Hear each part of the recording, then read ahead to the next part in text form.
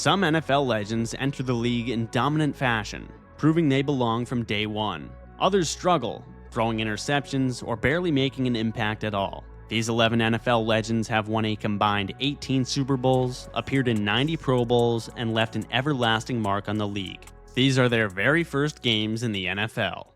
Cam Newton had perhaps the greatest rookie debut ever. Most quarterbacks take time to adjust to the speed of the NFL, but not Cam Newton.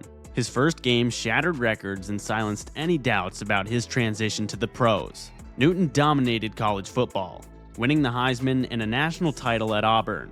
The Panthers, desperate for a franchise quarterback, took him number 1 overall in 2011, but some skeptics compared him to Jamarcus Russell, warning he could be a bust. Facing the Cardinals in Week 1, Newton threw for 422 yards, the most ever in a rookie debut. He added 2 passing touchdowns and a rushing score. His deep ball to Steve Smith for a 77-yard touchdown was a statement to the league. The critics doubting his ability as a passer were swiftly disproven. His 422 yards were more than Tom Brady or Aaron Rodgers had ever thrown for in a game at that point. He went on to win Offensive Rookie of the Year, later claiming MVP in 2015 and leading the Panthers to a Super Bowl appearance. That Jamarcus Russell comparison?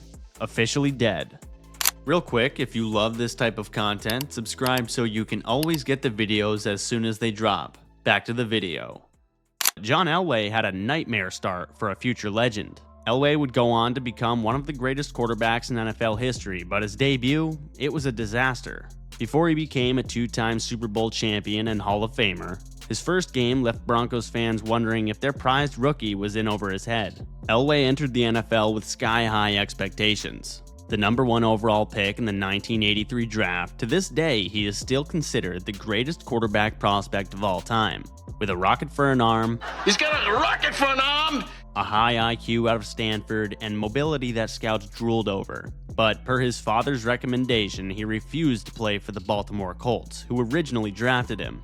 After threatening to play baseball for the Yankees instead, and telling his agent that he'd be a garbage man before playing for the Colts, they traded him to Denver, where he was immediately named the starter. And his first game? A road matchup against the Pittsburgh Steelers. Not exactly an easy welcome to the NFL. Elway's debut was rough from the very start. Facing the always robust Steelers defense led by Jack Lambert, he looked like he was seeing ghosts. He completed just 1 of 8 passes, threw an interception, and was sacked 4 times before being benched at halftime. The Broncos managed to win the game thanks to their defense, but the brand new face of their franchise had a night to forget. The media and fans were brutal. Some wondered if Denver had given up too much in the trade. Elway himself later admitted he wasn't ready and that the speed of the NFL caught him off guard.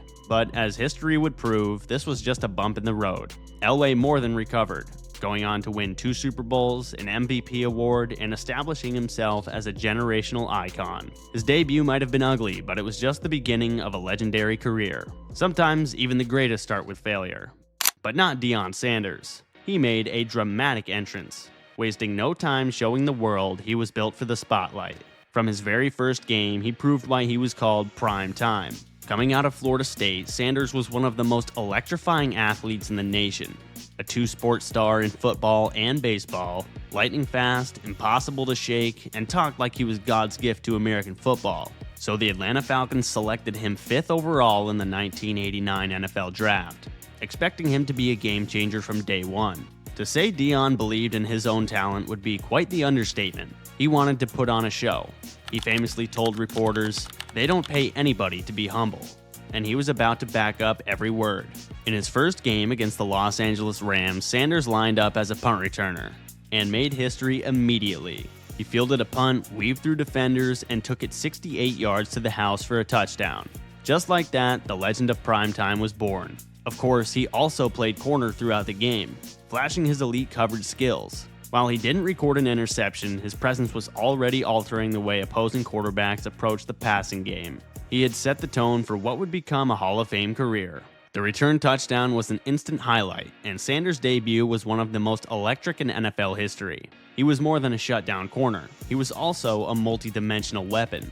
Over his career, Sanders would become one of the greatest defensive backs ever, winning 2 Super Bowls, making 8 Pro Bowls, and even juggling a baseball career simultaneously.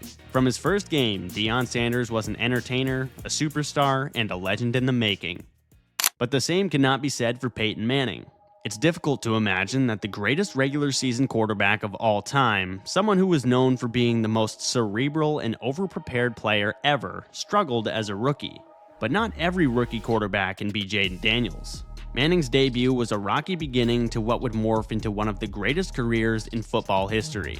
He entered the league with massive expectations. The number 1 overall pick in the 1998 draft, he was supposed to be the instant savior of the Indianapolis Colts. He had the bloodline, the pedigree, the intelligence, and the arm talent to be a franchise quarterback. But stepping into an NFL huddle as a rookie is never easy, and Peyton was about to learn that the hard way. His first test? A Week 1 matchup against the Miami Dolphins, led by one of his idols, Dan Marino, along with future Hall of Fame coach Jimmy Johnson, and a defense that featured 2 Hall of Famers in Jason Taylor and Zach Thomas, who were not going to take it easy on him. Manning's debut was full of growing pains. He threw for 302 yards and a touchdown to his favorite target of all time, Marvin Harrison. But those bright spots were canceled out by 3 interceptions. His dad Archie's advice to him before the game was to just have fun. But if you know anything about Peyton Manning, you know throwing 3 picks erased any chance of that. His decision-making was shaky, and Miami's defense took advantage of his mistakes. The Colts lost 24-15, and Manning left the field knowing he had a lot to improve. Despite the struggles, there were flashes of brilliance. Precise throws, command of the offense, and resilience after mistakes. Peyton wasn't rattled.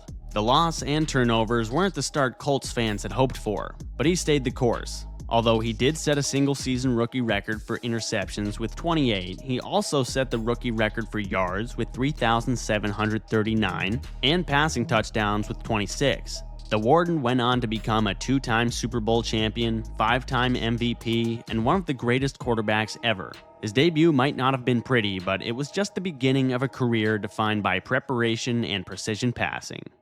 And you know who else didn't have a pretty debut? Peyton's little brother Eli. We all know Eli Manning's career would be built on the back of clutch performances on the biggest stage. But his NFL debut? Not exactly a preview of the 2-time Super Bowl MVP he would become. Eli was the number 1 overall pick in the 2004 draft, but his arrival in the league wasn't smooth. Originally drafted by the Chargers, he refused to play for them following his father's orders, forcing a trade to the New York Giants. With expectations sky high, living in his brother's shadow, and a legendary last name to live up to, he started his rookie season marinating behind veteran Kurt Warner. However, with the Giants struggling, they decided to throw their young quarterback into the fire in Week 11 against the Atlanta Falcons. Unfortunately, Eli's first start was anything but magical. He told his teammates in the huddle before the game to not worry about making mistakes, and he certainly took his own advice. He completed 17 of 37 passes for just 162 yards and 2 interceptions. The Giants' offense stalled repeatedly, and they lost 14-10 in a frustrating performance. Sadly for Eli, this was the beginning of a tough rookie season that saw him go 1-6. The growing pains were real, but as history would prove, Eli wasn't built for the regular season. He was built for the big moments. He would later lead the Giants to 2 Super Bowl victories over Tom Brady's Patriots, winning Super Bowl MVP both times. His debut may have been forgettable, but his career was anything but. On the flip side, Randy Moss had no issue at all getting up to speed. He hit the ground running, literally. From the moment he stepped on an NFL field, he was unlike anything the league had ever seen at wide receiver. Similar to John Elway, Randy Moss entered the 1998 NFL Draft as the greatest receiver prospect of all time. His mix of height, speed, and hands made him a unicorn, catching 54 touchdowns in 2 seasons at Marshall. But off-field concerns caused him to slide to the Minnesota Vikings at the 21st overall pick. Many teams passed on him, fearing he wouldn't be able to keep himself out of trouble. Minnesota had no such concerns, and they were going to be instantly rewarded for their faith. A Week 1 matchup against a Tampa Bay Buccaneers defense that featured 4 Hall of Famers would have been a stiff test for any normal receiver. But it wasn't much of a challenge for Randy at all. Moss wasted no time proving he belonged, and making the teams that doubted him look foolish. On just 4 catches, he racked up 95 yards and 2 touchdowns, breaking off catches for huge gains just as he did for well over a decade. His first touchdown came on a 48-yard bomb from Brad Johnson, where he simply outran the defense. His second, a textbook seam route where his athleticism was just too much for the safety to handle. The Vikings offense, already dangerous, now had a cheat code. Moss's deep threat ability opened up the entire field, and even in his first game, defensive coordinators realized they had a problem on their hands. Moss's debut jump-started an all-time Vikings campaign that saw them go 15-1 and set the NFL record for points scored in a season. The doubts about his character were turned to dust, as he immediately became the most feared deep threat in football. He finished his rookie year with 1,313 yards and a rookie record 17 receiving touchdowns, winning Offensive Rookie of the Year and turning the Vikings into a juggernaut. Moss would go on to redefine the wide receiver position, earning 6 Pro Bowl selections and a spot in the Hall of Fame, along with becoming the greatest deep threat the NFL has ever seen. And fellow Vikings legend Adrian Peterson was also an absolute wrecking ball from day one. Peterson was a phenom at every level, one of the best high school running backs in Texas history, and a generational talent coming out of Oklahoma. His blend of power, speed, and vision made him one of the most highly touted running back prospects in years. So with Randy Moss having left town 2 years prior, leaving the Vikings in search of their next franchise cornerstone, they selected Peterson 7th overall in the 2007 draft, believing he could be exactly that. Despite some questions about his durability, Peterson was determined to make an immediate impact. And unfortunately for the Atlanta Falcons, they were going to be on the receiving end of it. All Day wasted no time making his presence felt. He rushed for 103 yards on 19 carries, but that wasn't the highlight. He also caught a touchdown, turning a simple screen pass into a 60-yard house call, as he outran the entire Falcons defense. His balance, acceleration, and sheer physicality were on full display. Whether running through defenders or making them miss in the open field, he looked like a superstar in the making and a 5-year vet at the same time. The Vikings won 24-3, and Peterson was the biggest reason why. It was obvious that Peterson would soon be considered the best back in the NFL, if he wasn't already. By the end of his rookie season, he'd rushed for 1,341 yards and set a single-game NFL record with 296, on his way to an Offensive Rookie of the Year award. Peterson would go on to have a Hall of Fame career, winning MVP in 2012 and coming within 8 yards of the all-time single-season rushing record, all after recovering from a torn ACL. Adrian Peterson was a monster from the start. The same cannot be said for Brett Favre, however. Favre would go on to become one of the most legendary quarterbacks in league history, but his debut? An absolute catastrophe. Before the MVPs, the Super Bowl, and the iconic gunslinger reputation, Favre's first game gave no indication of the greatness to come. He was drafted 33rd overall by the Falcons in the '91 NFL Draft, but head coach Jerry Glanville had no faith in him whatsoever. In fact, Glanville once said that it would take a plane crash for Favre to see the field. I tell you what, we got to have 2 plane wrecks and 4 quarterbacks go down and you're it. So the Falcons viewed him as an undisciplined project and buried him on the depth chart. But he was able to get a taste of NFL action in Week 11 against the Washington Redskins. Favre entered mid-game and had a big chance to prove the Falcons regime wrong, but it did not last long, and his performance is one that he'd probably like to erase from history. Favre's first NFL pass attempt? It was intercepted and returned for a touchdown. Things didn't get much better after that. He finished the game 0 for 4 passing with 2 interceptions and -1 passing yards. It was about as bad as a debut could get. The Falcons lost the game, and after what Favre did, he had no shot of ever leaving Glanville's doghouse. After the season, Atlanta traded him to the Green Bay Packers for a first-round pick, a decision they would regret for decades. Favre's debut made him look like a bust, but ultimately, it turned out to be the roughest start to a Hall of Fame career. After being traded to Green Bay, he got his opportunity and never looked back, winning 3 consecutive MVPs, a Super Bowl, and setting practically every passing record in the books.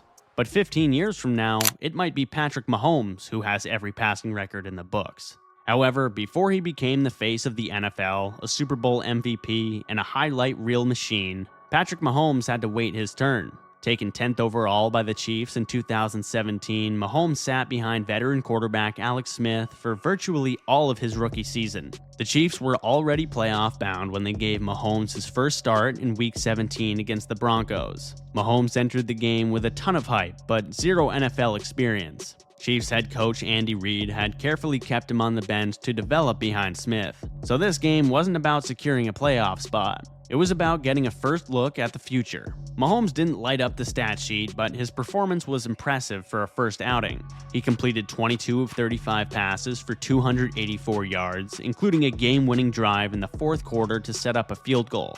He showed off the traits that would later define his career: a cannon arm, unfair throwing angles, improv under pressure, and poise beyond his years. Although the Chiefs of course stuck with Smith for the playoffs, there was no question. Mahomes was the future. The next season, he took over the starting role and threw 50 touchdowns, won league MVP, and began what is already a Hall of Fame career. Mahomes' first game wasn't his best, but it gave us all a glimpse of the quarterback who could rewrite the rules of the position, but not by flopping.